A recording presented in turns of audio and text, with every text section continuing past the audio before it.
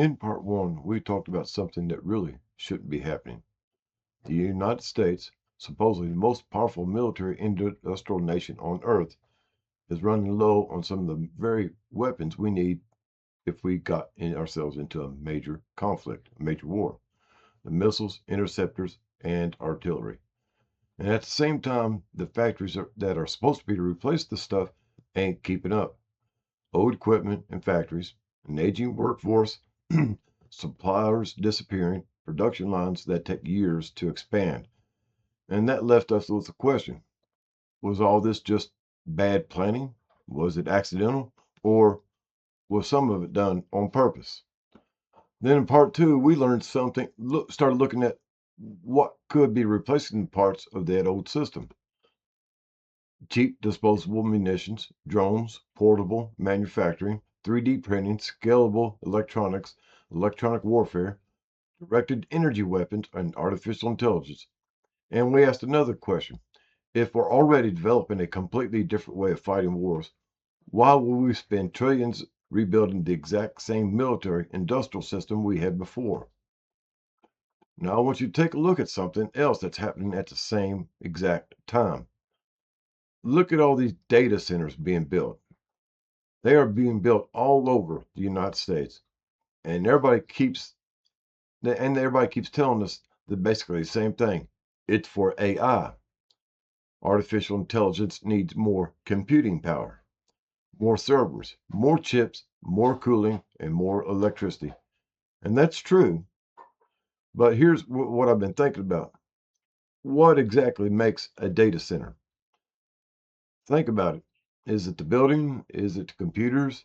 Is it the electricity going into it? Because computing power doesn't really care what you use it for. You can use artificial intelligence to generate a picture. You can answer a question. You can use it to run a warehouse and track inventory, analyze traffic patterns, and watch cameras. But that same basic computing technology can also process satellite information, radars, drones, and surveillance information. It can identify objects and track them, compare thousands or millions of pieces of information at the same time, and potentially help coordinate military systems. So maybe the data center ain't the weapon, maybe it's part of the brain behind the weapon. And the brain ain't worth much if it can't see or hear anything. So look at what's happening with sensors. We got satellites watching the planet, radar and drones, surveillance aircraft, electronic intelligence, cameras, traffic systems, connected vehicles, phones, smart devices in your home and office, and damn near everywhere else. And with newer communications coming along, including eventually 6G, what they've been talking about, we're talking about potentially connecting even more devices and sensors together. I'm not saying every camera at Walmart or every Ring doorbell in America is feeding into some of these secret military computer. What I'm saying is the technology exists to collect an unbelievable amount of information. And artificial intelligence gives us something we never really had before. The ability to go through a whole lot of it. Think about the old surveillance problem. You can put up all the cameras you want, but who's going to watch a million cameras? People can't, but computers can. And take a look at the same idea and scale it up to military use. Satellite sees something, a radar sees something else, a drone picks up something, electronic intelligence detects another signal, artificial intelligence starts putting the pieces together, see it, identify it, and track it, and figure out where it's going, and figure out whether it's a threat, and then figure out what you got available to deal with it. And that brings us back to part two. Maybe it's a missile or another drone or maybe electronic warfare. Maybe eventually it's a laser or some other directed energy weapon. But something's got to coordinate all that stuff. And that takes computing power and a whole lot. And that takes something else, electricity. Look at how much electricity these new data centers are supposed to consume. It ain't like plugging in a computer into another computer into the wall. we're talking about massive amounts of electrical generation. You got natural gas, nuclear power, grid expansion, new transmission lines, and backup power supply. All kinds of electrical infrastructure is being discussed and built because we're supposedly going to need an enormous amount of power for artificial intelligence. Maybe we do, but remember what we talked about in part 2. What do directed energy weapons need? Electricity. What do drones need? Electricity. What do sensors and communications need? Electricity. What does manufacturing need? Electricity. And what does artificial intelligence need? A whole lot of electricity. So we got to ask another question. Are we building this additional electrical infrastructure simply because civilians want to talk to AI and generate pictures? Or does that infrastructure eventually become useful for a whole lot more than that? And then we got the Golden Dome. We all forgot about that. Now think about what the Golden Dome is supposed to do. We're talking about detecting threats potentially coming from thousands of miles away. Satellites, sensors, radar, tracking, communications, computing, artificial intelligence, and interceptors. And eventually, possibly, newer technologies. All of this has got to work together, and it's got to work together faster and faster. Because if something is coming at the United States at thousands of miles an hour, you ain't got 20 minutes to sit in a boardroom or conference room deciding what to do next. You got to act. And the system's got to see it and track it and identify it and calculate where it's going and figure out how to stop it. And that takes information where it needs to go fast.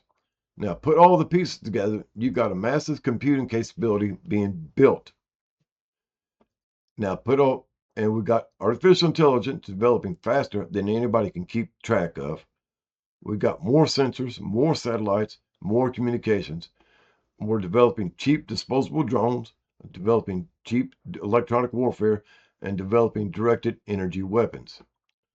We talked about expanding electrical generations. Now we're talking about building a golden dome over the United States. All while our old conventional munition systems are struggling just to keep up.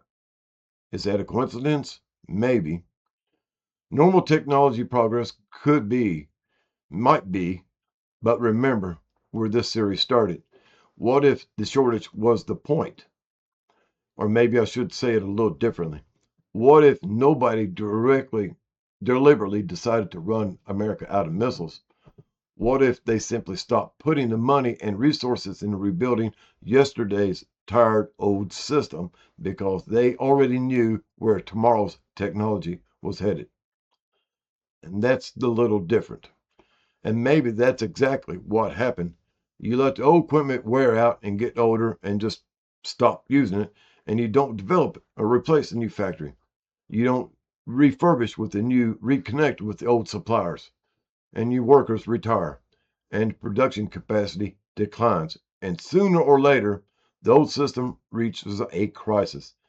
Now, everybody agrees something's got to be done, but instead of spending trillions and trillions of dollars back into old, tired, well-known systems that we already had, you build something different, something more advanced, something based around artificial intelligence, computing, sensors, satellites, cheap disposable systems, portable manufacturing, directed energy, and massive amounts of electrical power. And here's another little piece to think about. A lot of these data centers ain't sitting inside of military bases. They're sitting in or around civilian communities and civilian infrastructure. Now, that don't make them untouchable during the war, as we well know, especially if they're actually being used for military purposes. But if you're on the other side and you think about dropping a missile on one, you got homes, businesses, and civilians all around it. That makes the decision a little bit more complicated. Something to think about because of retaliation. But that's not really the bigger point. The bigger point is this. Maybe we're looking at data centers wrong. Maybe they're not simply buildings where artificial intelligence lives. Maybe what we're actually building it is an enormous distributed computing infrastructure that can be used for damn near anything we decide to use it for. Civilian, commercial, government, intelligence, military, and even space. Remember what we talked about with China. Scalable technology. Consumer technology moves into commercial applications. Commercial technology moves into government. Government technology moves into military applications. And military applications moves into space. Maybe we're starting to do something similar. Maybe we just don't call it the same thing. And now we go back and look at the three parts of the story together. Part one, we're running low on yesterday's weapons, and the factories aren't capable of replacing them fast enough. Part two, we're watching a new generation of warfare being developed and tested in laboratories and on actual battlefields.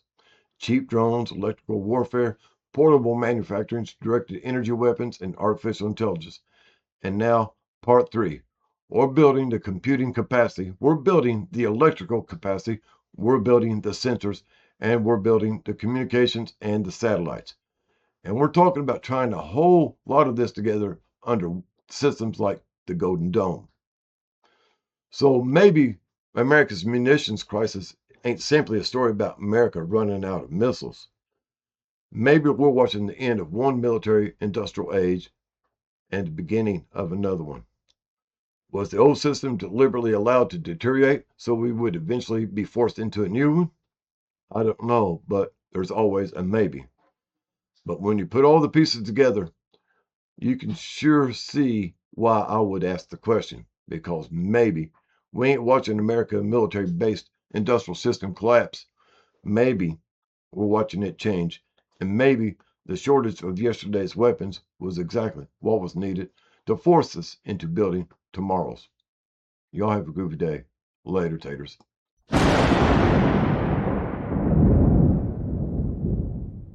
Attention passengers, we've now reached our destination. We hope you enjoyed the flight and have a nice day.